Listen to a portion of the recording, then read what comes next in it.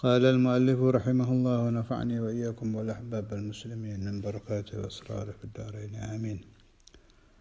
Al-qismul awwalu, bagian yang pertama, fit ta'ati, menerangkan tentang masalah ta'ah, taat, patuh, ketaatan kepada Allah subhanahu wa ta'ala.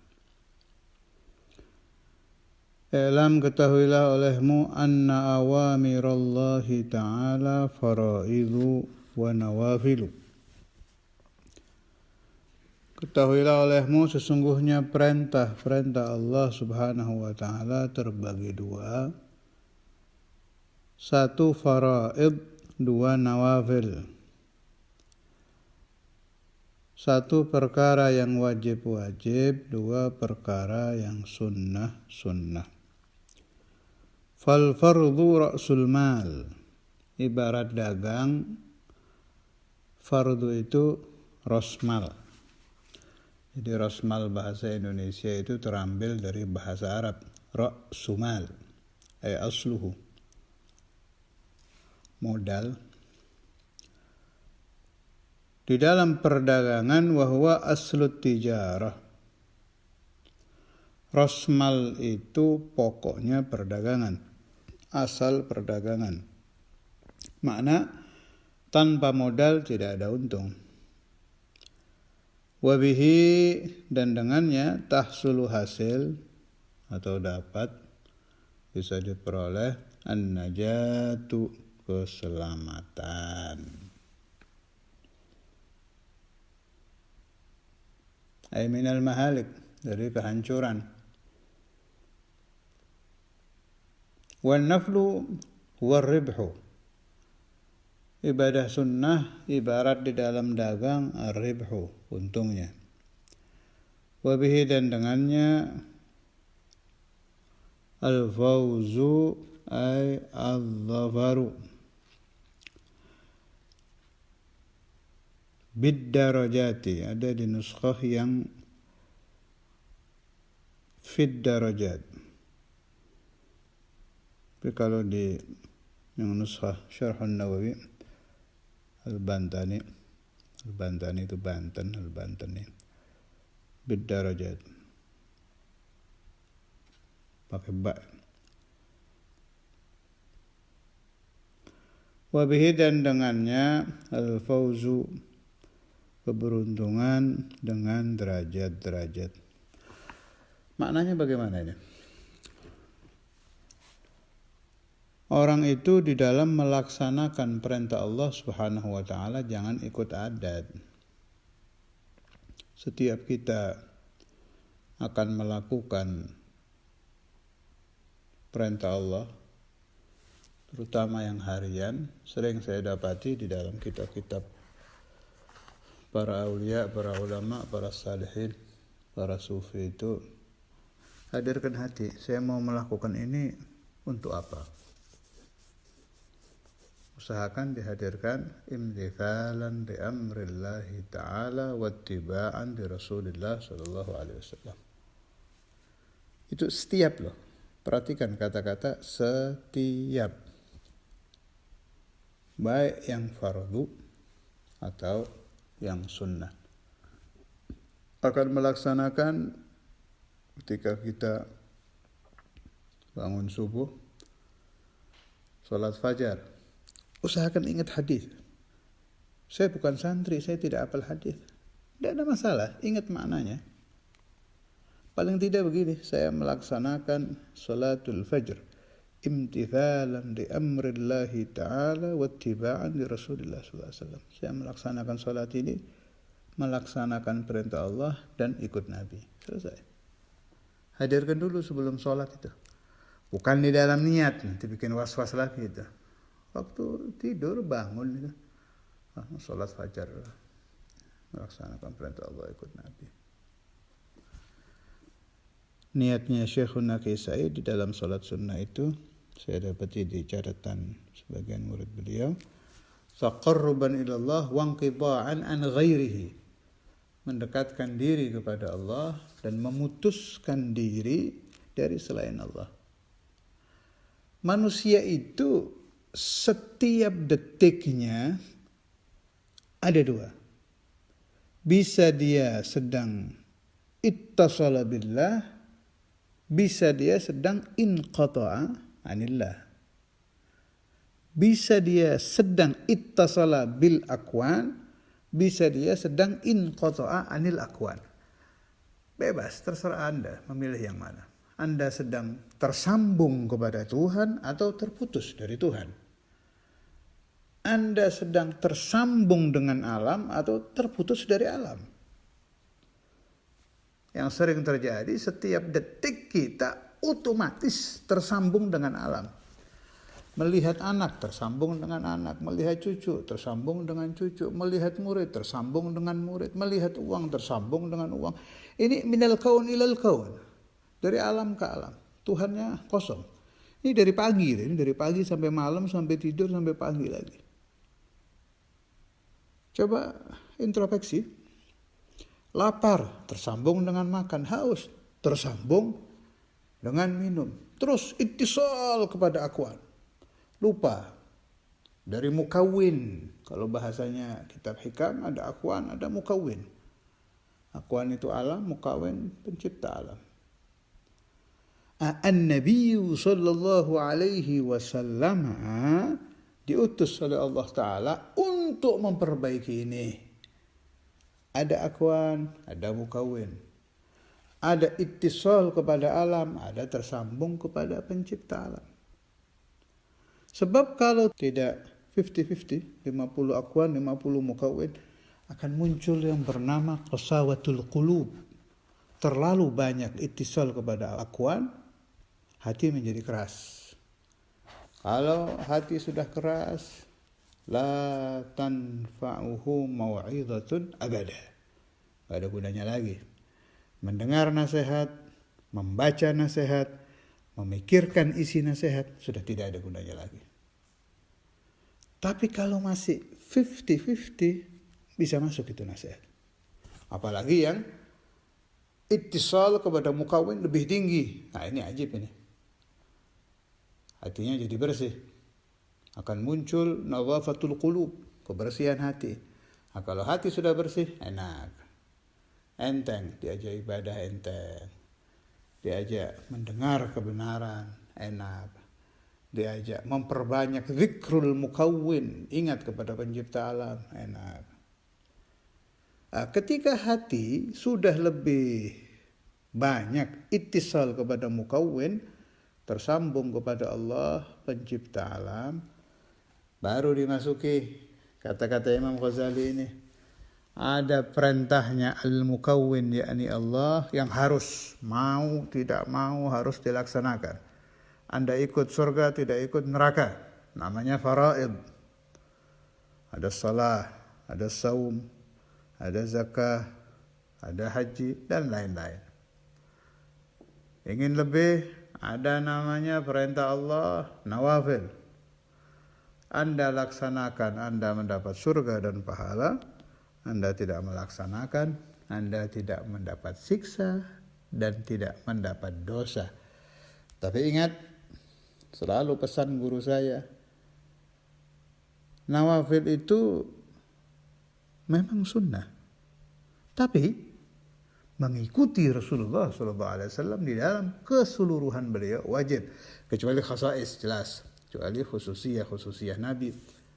Seperti beliau SAW beristri lebih dari 4 dan lain-lain. Itu lain lah, khususiyah.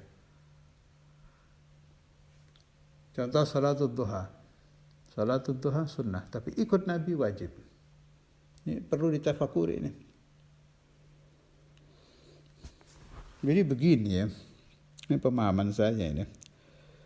Sebenarnya kita ikut Nabi Muhammad SAW 100% di dalam satu saja ibadah beliau mustahil. Umpama diriwayatkan bahwa Rasulullah SAW salat duha. Oleh ulama dipelajari sampai muncul minimal 2 rakaat. Paling banyak ada yang bilang 8, ada yang bilang 12 umpamanya. Anda laksanakan. Saya sudah istiqomah bertahun-tahun. Sholat duha 12 rakaat atau 8 rakaat. Rutin saya. Berarti saya sudah sama dengan Nabi. Sama di dalam apanya? Baru takbirnya saja Allahu Akbar sudah tidak sama. Sama suratan la ma'nan. Ini yang perlu diperhatikan. Suratannya saja saya kira tidak 100% masih tidak bisa sama dengan Nabi.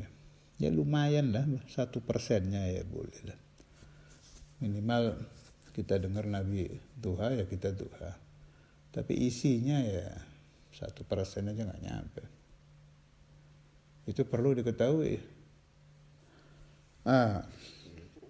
Sholatul duha ini apa? Isinya apa sholatul duha ini? Zikrullah, itu saja. Apa isi tahajud? Zikrullah, ingat kepada Allah.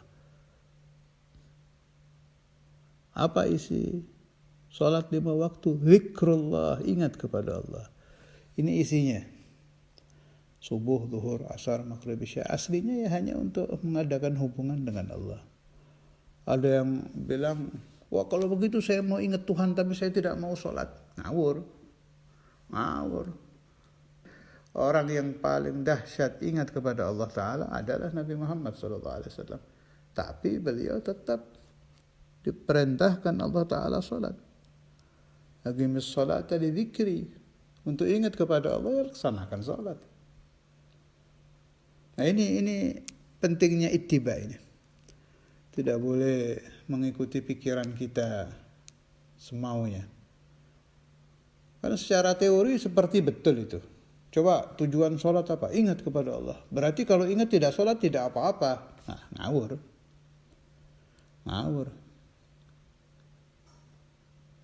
Nabi Muhammad saja tetap sholat ya, apalagi kita. Nah, di sini ada yang namanya asrarus sholat. Ada asrarus syariah, rahasia-rahasia syariat. Ketika orang ittiba'an lin Nabi Muhammadin sallallahu alaihi wasallam ikut kepada Nabi, dia melaksanakan tahajud, salatul duha, muncul yang tadi sebut Imam Ghazali tadi, wabihi al-fawzu bid-darajat. Pelaku duha, pelaku tahajud, pelaku amal-amal sunnah, Allah Ta'ala akan berikan untuknya derajat-derajat. Di alam dunia dia mendapatkan darajatul qurb, derajat-derajat tambah dekat kepada Allah. Di akhirat dia mendapatkan surga, mendapatkan nikmat-nikmat akhirah yang jelas. Paling tingginya adalah an-nazar ila wajhillahil karim. Kita bicara yang di alam dunia dulu. Semakin rutin orang sholat duha, semakin rutin orang melakukan tahajud, semakin rutin orang melakukan nawafil, hatinya akan bertambah ikhlas, akan bertambah merasa dekat kepada Allah, akan bertambah lezat di dalam zikir kepada Allah. Ini gara-gara sholat ini. Yang asalnya zikirnya biasa-biasa saja jadi lebih nikmat. Ini bangsa dzauq ya, tidak terlalu bisa dibahas. Dia kerjakan saja, laksanakan, nanti paham. Nah, bisa kita coret teori yang mengatakan saya sudah ingat kepada Allah Ta'ala, tidak perlu sholat. Tercoret sudah. Nah, kesalahan teori ini ketahuannya dari mana? Setelah kita mengamalkan. Sebelum kita mengamalkan, kita tidak tahu kalau teori ini ternyata keliru. Ternyata ada yang tidak bisa ditulis di dalam ikut patuh melakukan apa yang dilakukan Nabi Muhammad SAW. Muncul thamaratul iman, buah-buah iman. Thamaratu salatid duha, buah dari salat duha. Thamaratu salatid tahajud, buah dari salat tahajud. Malah saya baca di sebagian kitab para aulia itu, lezatnya ruku beda dengan lezatnya sujud katanya. Saya dapati di dalam rukuk kelezatan yang tidak saya dapati di dalam sujud. Saya dapati di dalam sujud kelezatan yang tidak saya dapati di dalam rukuk dan lain-lain. Kelezatan tilawatul Quran beda dengan kelezatan tilawatul salah ala Nabi. Beda. Sallallahu alaihi wasallam. Ini semua bisa dirasakan ketika kita mengamalkan sunnah-sunnah ittiba'an. Karena ikut kepada Maulana wa Sayyiduna wa Imamuna wa Azimuna Muhammad sallallahu alaihi wasallam. Sedangkan Imam Al-Ghazali, kata-kata beliau tadi, wa bihi al-fawzu bid-darajat. Di sini pakai jamak ya, berarti tidak satu derajat. Banyak derajat yang akan didapat orang yang mengamalkan ini. Allahumma ja'alna wa iyyakum wal ahbab wal dhurriyyah minhum ala dawam fi lutuf wa afiyah bila mihnah dunyan wa ukhra. Jazallahu anna al-Imam Al-Ghazali wa syekhana al-Imam Al-Hafiz al-Musnid al-Kutub al-Habib Abdullah bin Abdul Qadir al-Fiqih khaira. Jazallahu anna syekhana al-Imam Al-Hafiz al-Habib Abdul Qadir bin Ahmad al-Fiqih khaira. Jazallahu anna al-ulama خيرا. جزا الله عنا سيدنا ومولانا وحبيبنا وشفيعنا ذرتنا محمد صلى الله عليه وسلم خير ما هو أهله ونفعني وإياكم بالأحباب والذرية ومن صدق في محبتنا